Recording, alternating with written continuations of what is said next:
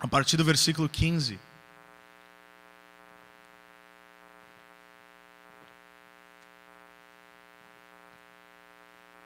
Gálatas capítulo 3,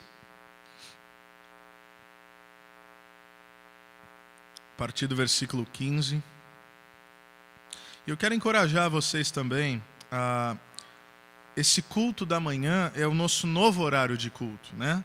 A gente fala que é o nosso segundo culto, mas no dia é o primeiro. Então, considere e ore por quem você poderia convidar, né? Esse sempre é um desejo do nosso coração, tornar Cristo conhecido. Então, pense de repente um amigo, um familiar que você quer expor ao Evangelho de Jesus Cristo. Essa é uma excelente oportunidade. A gente fala isso também para o pessoal do culto da noite. Então, Gálatas 3, a partir do versículo 15 até o versículo 25, se você puder acompanhar a leitura comigo. O texto diz assim: Irmãos, humanamente falando, ninguém pode anular um testamento depois de ratificado, nem acrescentar-lhe algo. Assim também as promessas foram feitas a Abraão e ao seu descendente. A Escritura não diz aos seus descendentes, como se falando de muitos, mas ao seu descendente, dando a entender que se trata de um só, isto é, Cristo. Quero dizer isso, a lei que veio 430 anos depois não anula a aliança previamente estabelecida por Deus, de modo que venha a invalidar a promessa. Pois se a herança depende da lei, já não depende de promessa. Deus, porém, concedeu-a gratuitamente a Abraão mediante promessa. Qual era então o propósito da lei?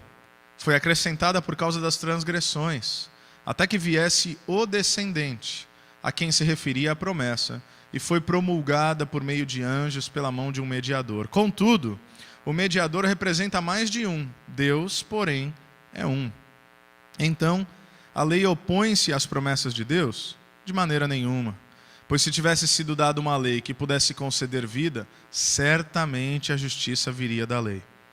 Mas a Escritura encerrou tudo debaixo do pecado, a fim de que a promessa, que é pela fé em Jesus Cristo, fosse dada aos que creem. Antes que viesse essa fé, estávamos sob a custódia da lei, nela encerrados, até que a fé que haveria de vir fosse revelada. Assim, a lei foi o nosso tutor até Cristo, para que fôssemos justificados pela fé. Agora, porém, tendo chegado à fé, já não estamos mais sob o controle do tutor. Vamos orar uma vez mais? Senhor Deus, nós te pedimos que ilumine nossas mentes, aqueça nossos corações, ao recebermos a Tua palavra. Nós te pedimos também que essa palavra seja acolhida na nossa alma, no nosso coração, através do Teu Espírito Santo, senão nada disso fará sentido. Nós não queremos olhar para a Bíblia apenas como mais um livro, ou como um receituário, ou como um texto que nos traz conhecimento intelectual. Longe de nós. Nós queremos olhar para esse livro como a Tua santa palavra, viva, eficaz e poderosa, não apenas para falar conosco, mas para transformar nossa existência, transformar nossa história e, de fato, transformar, inclusive, nosso destino eterno. Então nós te pedimos, Senhor, que fale conosco uma vez mais. Assim nós oramos no nome santo de Jesus. Amém. Amém. Então nós estamos estudando essa carta aos Gálatas, meus irmãos, há algum tempo já. Só nesse capítulo 3 é a nossa quarta mensagem nesse capítulo 3 da carta aos Gálatas. E a essa altura do campeonato, o Paulo, nós vimos insistentemente tentando nos convencer que nós não somos justificados pela lei e sim pela fé. Porém, a essa altura, a pergunta óbvia que talvez alguns de nós já estejam fazendo é o seguinte: já entendi esse negócio de que não é pela lei, eu acho que eu estou entendendo. Mas afinal, para que a lei foi dada? Porque 3 capítulos de Gálatas o Paulo só está batendo na lei. 3 capítulos de Gálatas ele só está falando contra a lei. Afinal, Deus, que ideia é essa de lei? Para que a lei foi introduzida? Para que a lei foi dada? Existe propósito algum nessa instrução da lei? Existe propósito algum na instituição da lei? É exatamente isso que o Paulo vai responder nesse trecho. E vai elucidar aqui a nossa mente, vai nos trazer uma compreensão, ouso eu dizer, maravilhosa sobre a lei. Nós vamos chegar à conclusão que a lei é algo incrível, que a lei é algo positivo. dentro do seu propósito. A lei não deve servir para nos justificar. A lei não é a base pelo qual nos relacionamos com Deus. Mas a lei tem o seu propósito, a gente vai falar sobre isso. Então o Paulo ele começa dizendo, meus irmãos, versículo 15, humanamente falando, ou em termos humanos, o que ele está dizendo é, de um jeito que vocês vão entender, simplificando essa história, ninguém pode anular um testamento depois de ratificado, nem acrescentar-lhe algo. Então, como o próprio Paulo está dizendo aqui, ele está usando um exemplo comum, ele está usando um exemplo cotidiano. Ele não está falando agora a partir de um conceito de espiritualidade, teológico. Não, ele fala, ó, pensa num testamento. Tá?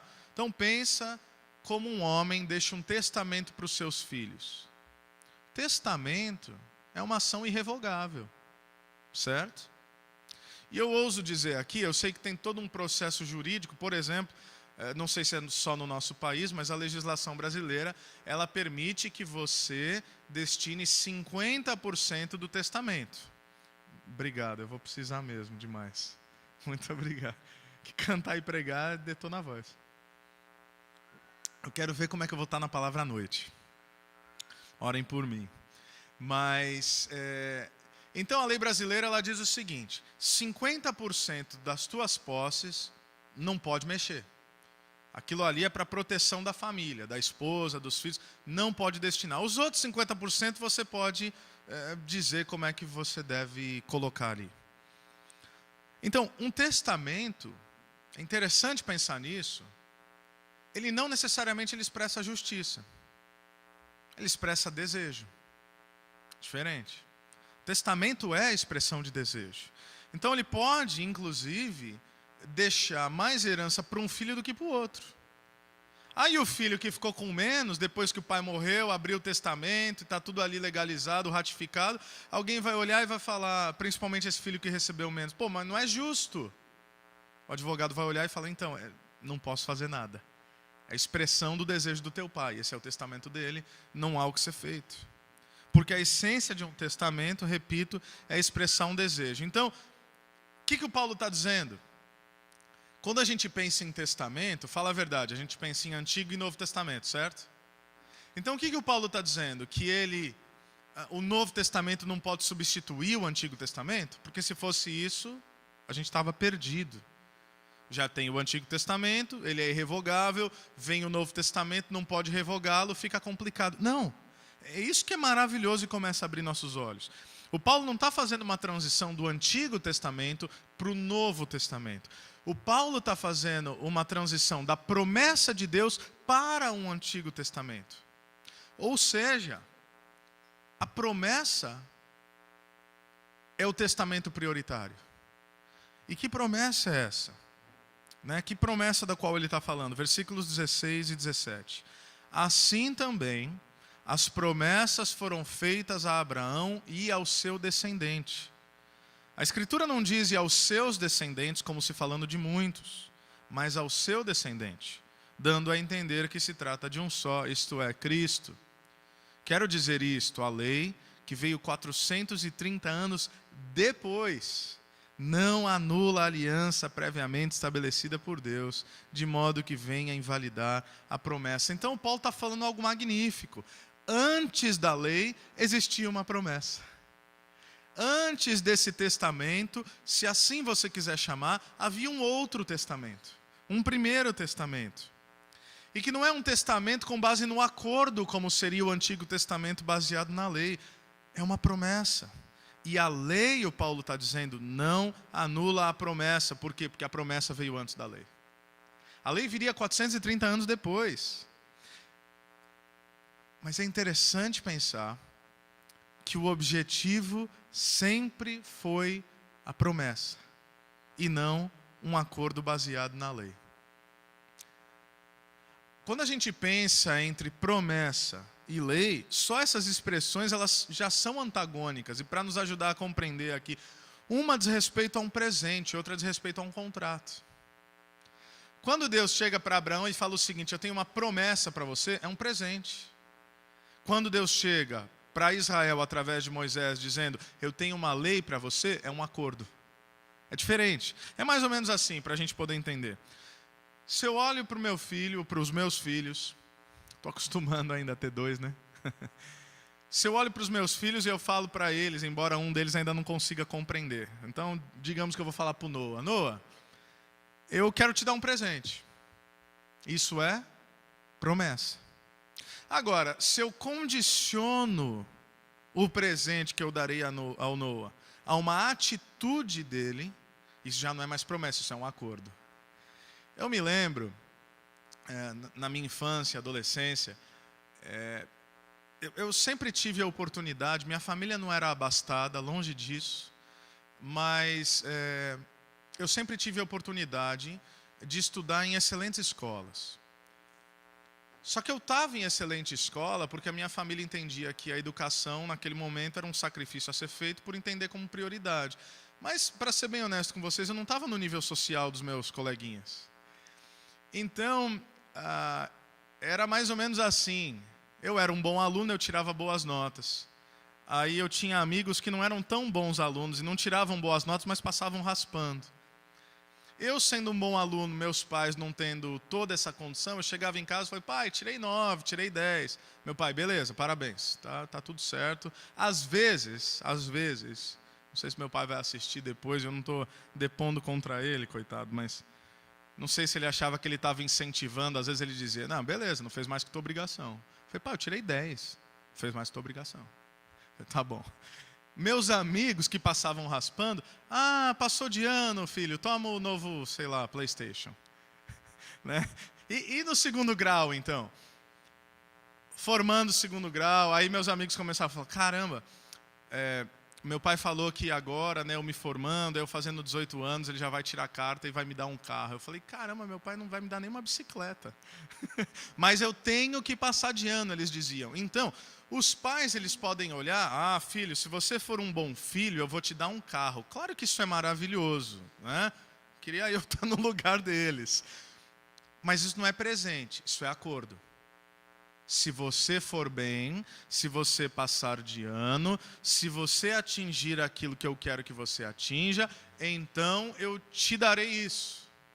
Quando a promessa ela é condicionada, ela já não é mais presente, ela é acordo. Essa é a diferença da promessa de Deus em Abraão e o testamento feito baseado na lei. Quando tem uma cláusula condicional, já é recompensa, já é pagamento, não é presente gratuito.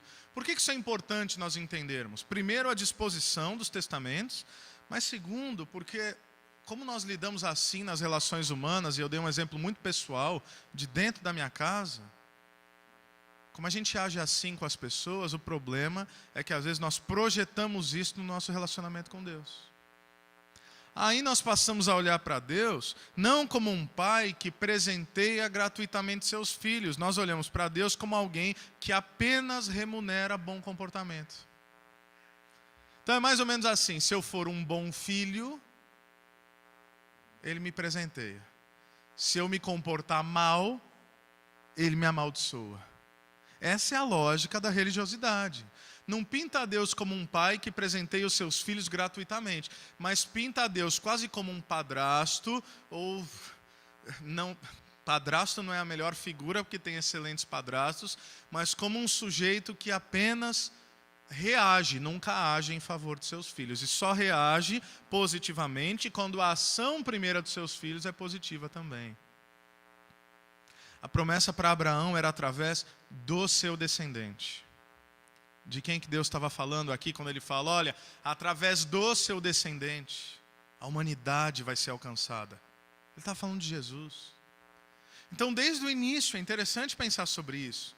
O propósito de Deus nunca foi ter um Antigo Testamento e um Novo Testamento. A gente vai falar melhor sobre isso. Mas o propósito de Deus foi ter a graça, no meio disso, para nos ensinar a viver lei, para que no final completasse o quê? Aquilo que sempre foi a intenção original, graça, através de Jesus Cristo. Isso nos ajuda tanto porque quantos de nós às vezes pode pensar, e muitos de nós aprenderam assim, o Deus do Antigo Testamento e o Deus do Novo Testamento. O Deus da lei e o Deus da... Não tem esse Deus e aquele Deus. É o mesmo Deus. Porque desde o início, aliás, não é nem desde Abraão, não, é desde Gênesis 3, quando, diante da serpente, Gênesis 3, versículo 15, Deus fala o seguinte: eu porei inimizade entre você e a mulher, entre a sua descendência e o descendente dela, falando de Jesus, este lhe ferirá a cabeça e você lhe ferirá o calcanhar. Desde o início, desde o Gênesis, a base pelo qual a humanidade se relacionaria com Deus sempre foi a mesma, através do descendente prometido, Jesus. Sempre foi baseado em promessa, nunca foi baseado em lei. Aliás, tem um texto também em Gênesis capítulo 15, você não precisa abrir lá, você pode ler em casa depois, mas esse texto nos ajuda a entender muito bem como as promessas de Deus, baseadas na graça, vão se desenvolvendo. Em Gênesis 15, Deus faz algumas promessas a Abraão. E aí em Gênesis 15, versículo 8, Abraão ele pergunta o seguinte: ó soberano Senhor, como posso saber que tomarei posse dessa terra? Então Deus promete que ele vai ter uma terra como herança. Abraão, por mais que o versículo 7 diz, ele creu, isso lhe foi acreditado em justiça. Ele teve fé. Mas já no 8 ele fala, tá, eu creio, mas como é que eu vou saber se vai rolar mesmo? Então é você, quem sabe, ler a palavra de Deus, ver as promessas de Deus, crer que Ele é poderoso para cumpri-las, mas crer duvidando, sabe como é que é? É aquele negócio de, não, eu creio, mas tenho algumas dúvidas. Eu creio, mas como é que vai ser? Aliás, parece uma coisa distante para nós, mas não é esse o nosso desafio de fé? Esse livro está cheio de promessas. Cheio de promessas.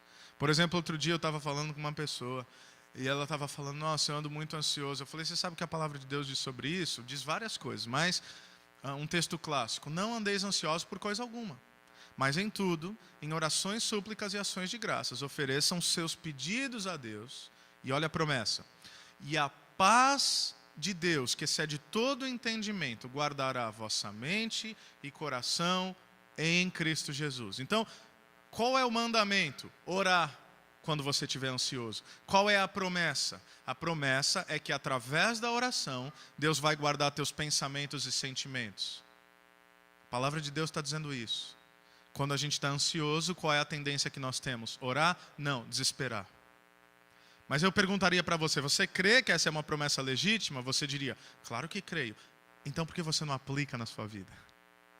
Então às vezes nós cremos nas promessas, mas a gente está perguntando, mas Deus, como é que é isso? Abraão perguntou, Deus, como é que é isso? E aí Deus responde de modo maravilhoso. Ele fala, Abraão, vamos fazer o seguinte. Havia um ritual comum naquela época. É um pouco grosseiro, eu sei, mas só para você entender. Deus falou, pega aí alguns animais, corta no meio, ok? Bota metade de um lado, metade do outro, faz um corredor. Era assim que eram os contratos naquela época e naquela cultura. Não tinha aperto de mão, não. É cortar animal no meio e passar no meio do corredor. Por que essa visão tão grotesca?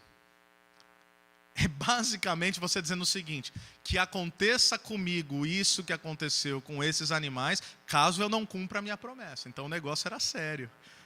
Tá? Deus fala, Abraão, vamos lá, vamos assinar o contrato. Abraão faz, prepara tudo. Quando está pronto assim para passar, Abraão fala, e aí Deus? Sabe o que Deus faz? Puf, bota um sono profundo em Abraão. Como assim? Eles não tinham um contrato para assinar? Abraão dorme.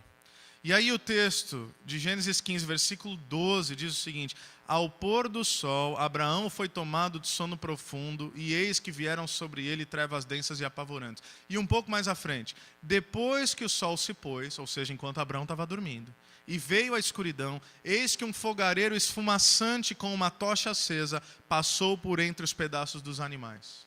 E acaba a história. Tem mais alguns detalhes, mas acaba a história. Qual é o ponto aqui? Parece que Deus está propondo um acordo a Abraão.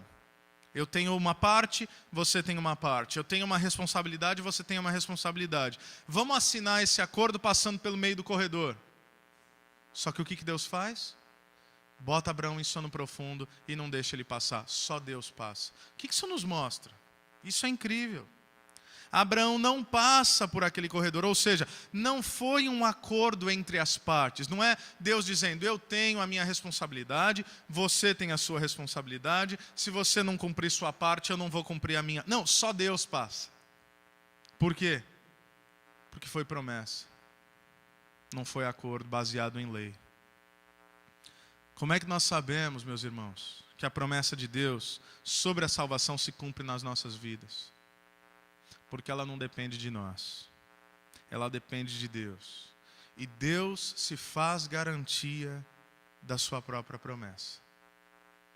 É como se Ele olhasse para nós e dissesse o seguinte, é exatamente isso que Ele faz. Ó, vamos entrar num acordo aqui para que você seja salvo? Vamos, Deus, eu ser salvo, quero ser salvo. Então, beleza, então vamos apertar a mão aqui. Aí quando você vai apertar a mão, Deus tira, entendeu? Você fala, não vamos fazer um aperto de mão, porque é o seguinte, você não vai cumprir com a tua parte. Se você apertar minha mão, eu vou ter que cobrá-lo. Então vamos fazer o seguinte, ao invés de ser um acordo entre iguais, receba isso como presente meu. Mas como é que eu sei que vai acontecer? Eu garanto que vai acontecer. Isso é maravilhoso. Então, desde o início, a intenção de Deus foi baseada nisso. E aí, então, é por isso que o Paulo conclui no versículo 18, pois se a herança depende da lei, já não depende de promessa. Deus, porém, concedeu-a gratuitamente a Abraão mediante promessa. Portanto, em essência, não se trata de lei, depois graça. Se trata de graça, intermédio da lei, e graça cumprida na pessoa de Jesus. Então, de fato, a pergunta, para que serve a lei? Versículos 19 e 20. Qual era o propósito da lei? Foi acrescentada por causa das transgressões, até que viesse o descendente a quem se referia a promessa, e foi promulgada por meio de anjos, pela mão de um mediador. Contudo, o mediador representa mais de um, Deus, porém, é um. Para que serve a lei? Eu vou responder com uma citação de John Stott. Ele diz o seguinte: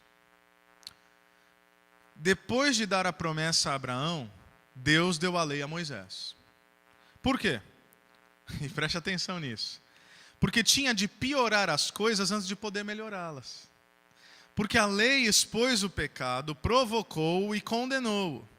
O propósito da lei era erguer a capa da respeitabilidade do homem e revelar como ele de fato era por baixo, pecador, rebelde, culpado, sob julgamento de Deus e impotente para se salvar. O propósito da lei é mostrar quem somos.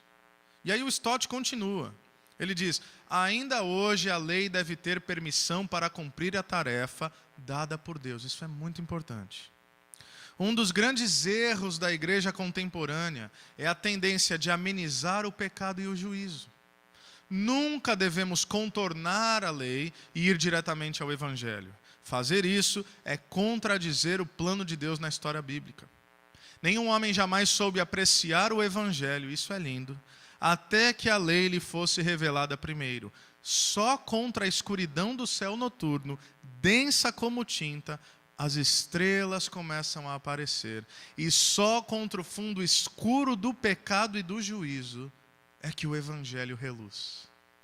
Traduzindo, só percebendo o quão miseráveis, cegos e perdidos somos sem Deus, que nós seremos capazes de apreciar a beleza e a densidade do sacrifício de Jesus na cruz.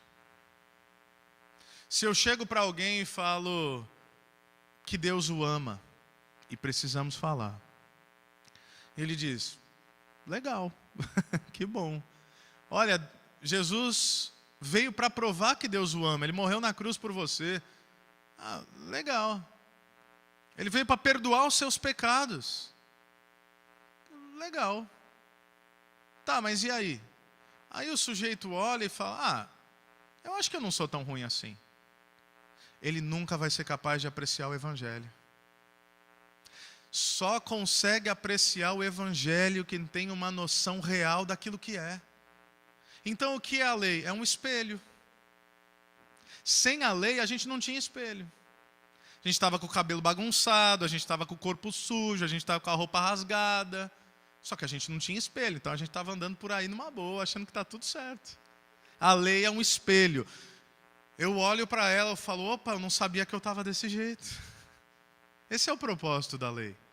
E eu acho interessante como o Stott coloca. A lei é transmitida para que antes de melhorar, piore. E é interessante como eu vou transmitindo o evangelho a pessoas que estão tendo um primeiro contato com a fé, e aí a gente inicia um processo de discipulado sempre que possível, ou outros irmãos iniciam. Aí chega um momento que assim, é batata, é com todos. E graças a Deus, esse é um bom sinal.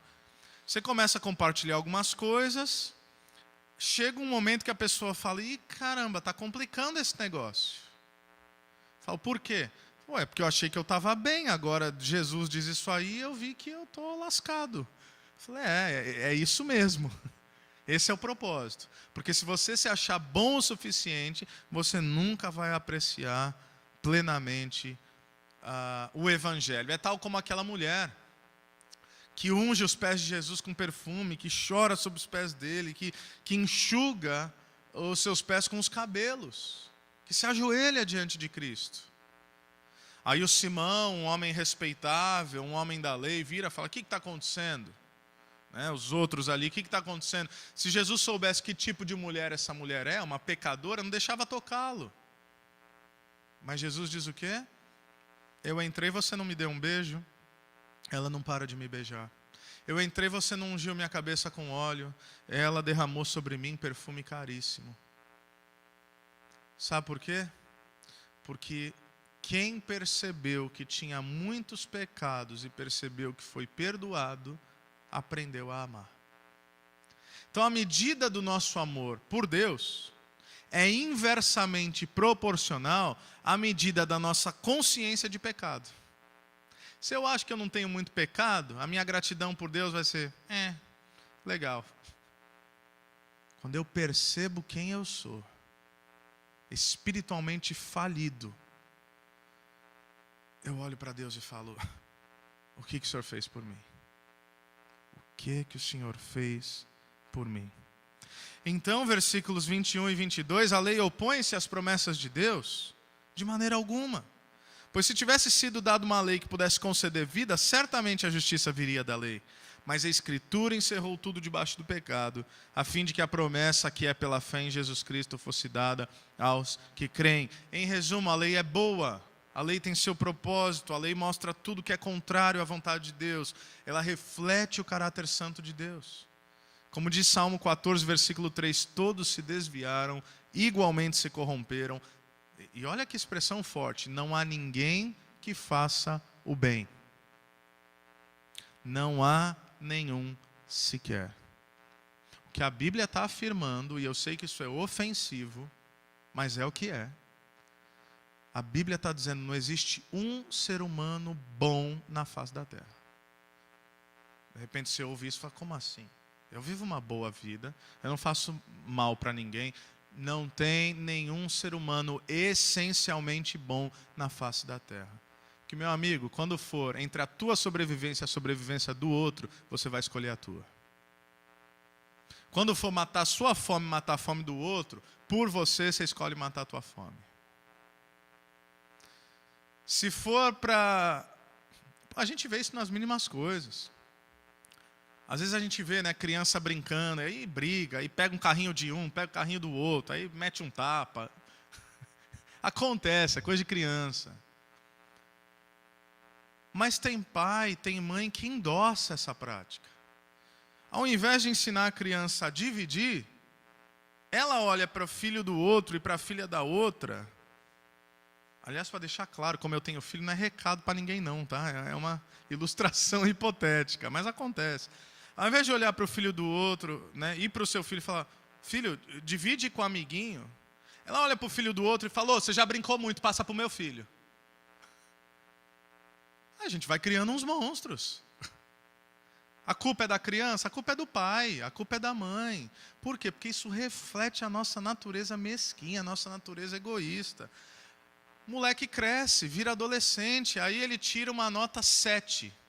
Aliás, aconteceu, essa semana eu estava falando com uma professora, o menino veio com média 9. Não é 6, não é 5, 9. A mãe foi lá brigar com a professora na escola. Quero saber por que meu filho veio com média 9. A professora falou, porque foi a média que ele alcançou. Mas ele tirou 10 na prova. Então, minha senhora, é que prova não é média, né? Prova é prova, média é média. Existe uma composição para que atinja a média. Ele tirou 10 na prova, mas as outras coisas foram um pouco menos. 9 é ótimo. Não, meu filho tirou 10, ele tinha que ter 10 de média. Que monstruosidade é essa? Bom, nada mais óbvio do que a evidência da natureza humana. Não tem ninguém bom. E por isso a lei ela tem esse propósito. O Lutero ele diz o seguinte: o ponto principal da lei é tornar os homens piores, não melhores. Isto é, ela lhes mostrou o pecado deles, para que através do conhecimento eles se tornassem humildes, assustados, desanimados e quebrantados. E desse modo fossem levados a buscar a graça, sendo assim levados à semente bendita, Cristo Jesus. Então, a intenção da lei, embora ela seja boa, nunca foi ser fonte de vida, mas sim apontar para a fonte de vida. E avançando aqui, versículos 23 e 24. O texto nos mostra duas figuras da lei. Mostra que a lei desempenha mais duas funções. Primeiro, a lei é como um guarda. Essa é a ideia. Estávamos sob a custódia da lei. Então a lei é como um guarda, a lei é como um soldado. O que isso significa? Que ela tinha sim um excelente propósito, que era de nos ensinar a viver. Veja a nação de Israel.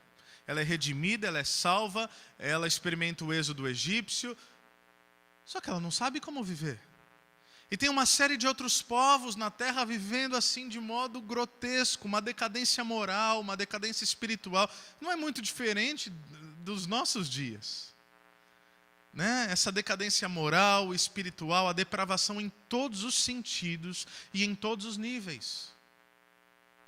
O que é a lei? A lei é aquilo que é colocado diante do povo de Deus para falar: olha, veja como viver de maneira distinta em meio aos outros povos, para que os outros povos olhem para vocês e percebam uma diferença. Mas a lei não tem propósito de justificar ninguém. Isso é importante. Não é pelo cumprimento da lei, o Paulo está dizendo, que somos salvos. A lei tem o seu propósito. Primeiro, como guarda, é uma ferramenta de proteção.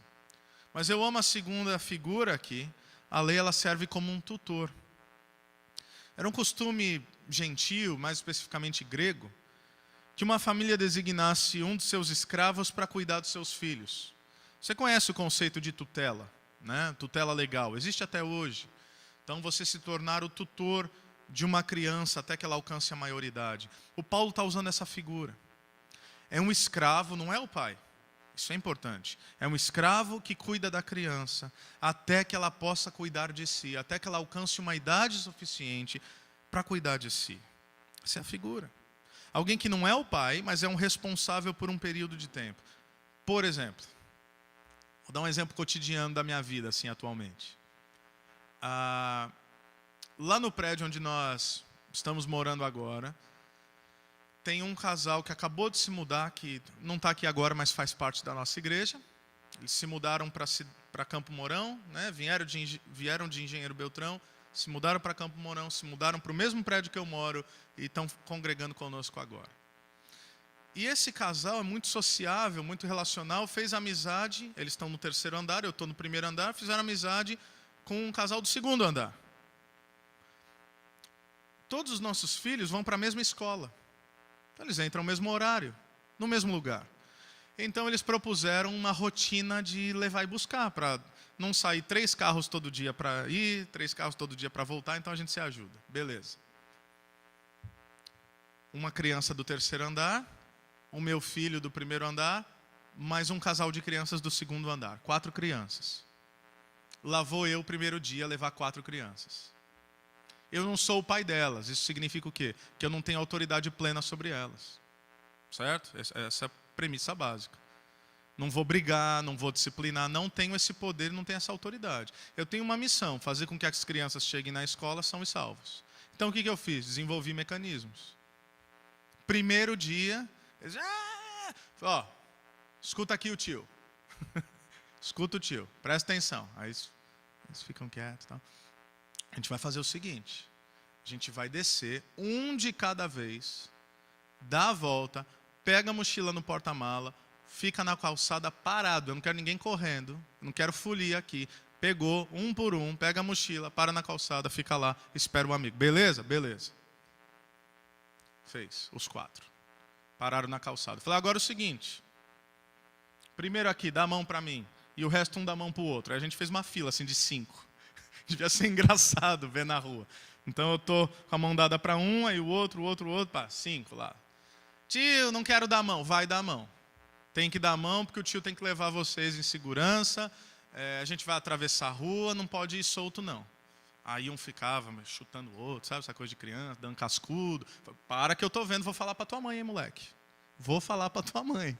Aí, não fala para minha mãe. Falei, então obedece o tio. Aí beleza, estamos lá. Levei na escola.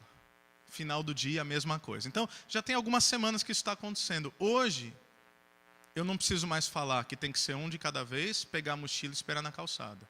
Eu não preciso nem fazer com que eles deem a mão. Tudo acontece normalmente. Eu os levo e os trago em segurança, na maior paz, na maior tranquilidade. Claro que é criança, eles estão brincando e tal. Qual que é o ponto? E o que isso tem a ver com o nosso texto? Quando a lei é colocada como um tutor, ela impõe sistemas, ela impõe regras. Só que o ponto não são as regras, o ponto é traduzir o princípio. Ou seja, no começo, para eles entenderem que eles precisavam chegar em segurança, eu tive que instituir regras. Uma vez que eles internalizaram as regras porque entenderam o princípio, não precisa mais. Por quê? Porque agora já é algo comum a eles. Já não é um peso, já não é mais uma dificuldade, agora eles fazem isso normalmente. Você lembra quando foi instituída a lei do cinto de segurança? Vocês se lembram, alguns de vocês se lembram. Eu lembro, pessoal que dirigia, eu não dirigia na época, pessoal que dirigia reclamando. Esse governo só quer saber tirar dinheiro do povo. E um pouco né? Não nessa lei, mas o resto. Não gosto de andar com esse negócio me apertando. Né? Talvez você já falou isso. E aí você tinha que entrar, botar o cinto, reclamando, porque você tinha medo da multa. Então você está botando o cinto pensando na penalidade. Hoje, você internalizou o mandamento. O que significa? Você entendeu o princípio. O princípio é o quê? Um cinto que te aperta? Não, o princípio é salvar a tua vida. Então, entendendo que isso vai salvar a tua vida, você põe o cinto. E hoje você não pensa mais em colocar o cinto. Você senta, põe o cinto. É assim, é piloto automático, não é verdade? Por quê? Porque agora o princípio foi traduzido, não a norma. É isso que a lei faz conosco. Portanto, nesse sentido, a lei ela é maravilhosa. Porque através de normas que tiveram que ser instituídas, ela nos ajudou a compreender os princípios. Agora, o objetivo final é a aplicação do princípio e não a manutenção da norma. E é aí que muita gente se perde. Um exemplo claro, mas sim, claro mesmo. Não estou usando isso, mas é um exemplo claro. No Antigo Testamento existe um momento onde Deus ordena os dízimos. Ele fala, trazei todos os dízimos à casa do tesouro. Ele fala algumas vezes, tá? Em Malaquias é o texto clássico. Por que Deus ordena o dízimo? Eu vou te falar porque Deus ordena o dízimo. Porque eu e você somos avarentos. Porque nós somos egoístas. Então Deus fala assim, vou estipular uma porcentagem para que você possa contribuir com a casa de Deus, porque se eu não estipular uma norma, você não vai dar nada. Se formos honestos, é isso. Então, o propósito, e é aí que as pessoas se perdem.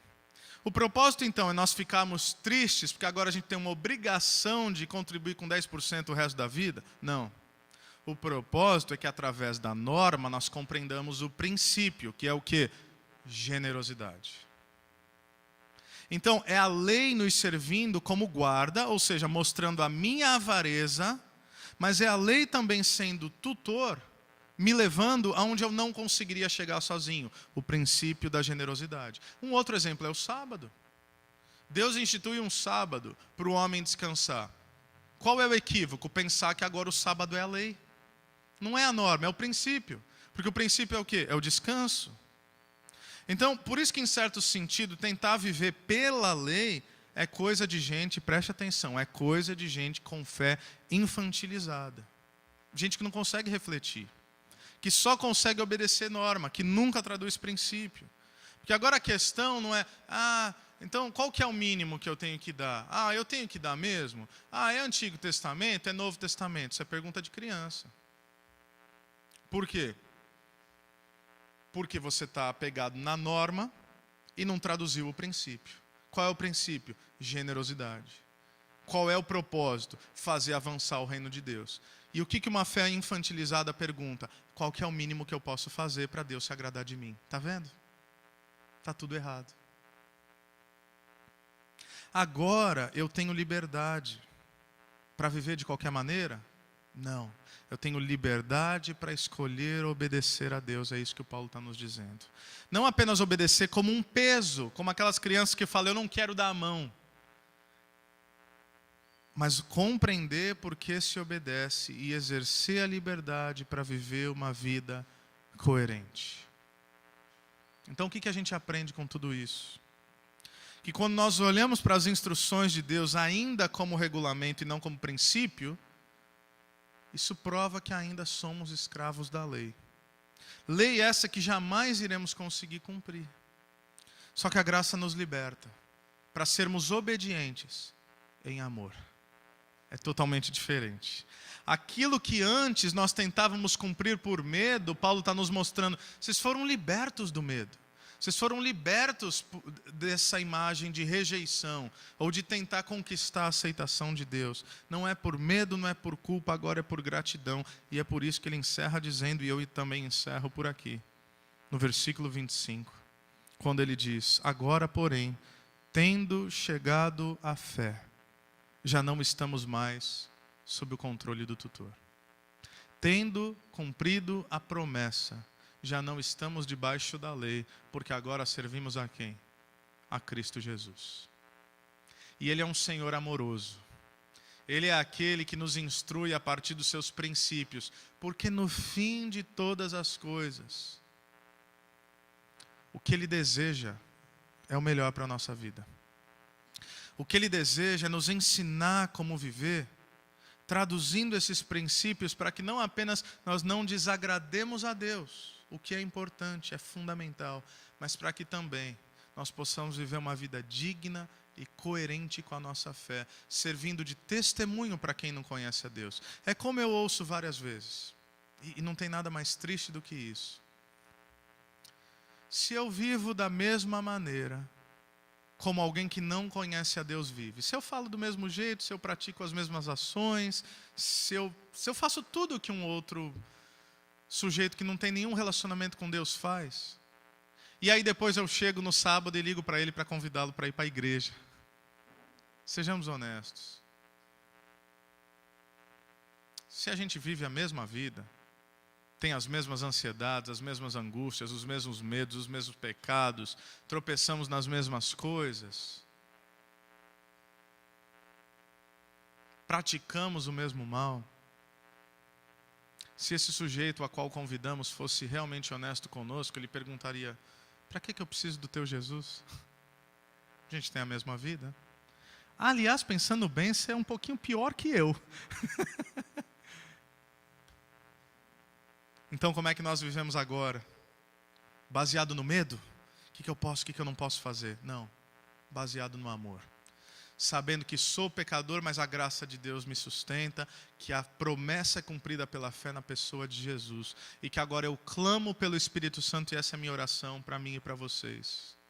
Clamemos pelo Espírito Santo, para que Ele nos auxilie nesse viver, para que Ele nos faça compreender qual é a vontade de Deus, boa, perfeita e agradável, porque hoje não estamos mais debaixo da lei como um carrasco, mas hoje estamos nas mãos de Jesus Cristo, e isso é maravilhoso.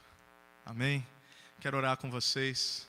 Senhor Deus e Pai, nós te agradecemos. Tanta coisa aqui para se pensar, um texto tão rico como esse. E a Tua palavra, Deus, ela é poderosa, ela é viva, ela é eficaz. Então, de fato, nós oramos para que o Senhor não apenas volte nossos olhos para os regulamentos e normas, mas para que nós possamos compreender o propósito de tudo isso. Primeiro, nos mostrar nosso pecado, e aí nos arrependermos dos nossos pecados que outrora sequer sabíamos que era pecado. e então sermos levados, não para mais longe de Ti, por causa desse pecado, mas sermos levados para mais perto de Ti, para receber o perdão dos pecados. E que estando em Ti, possamos viver uma vida que tem os olhos fixos em Jesus, o autor e o consumador da nossa fé. Assim nós oramos no nome de Jesus. Amém. Amém.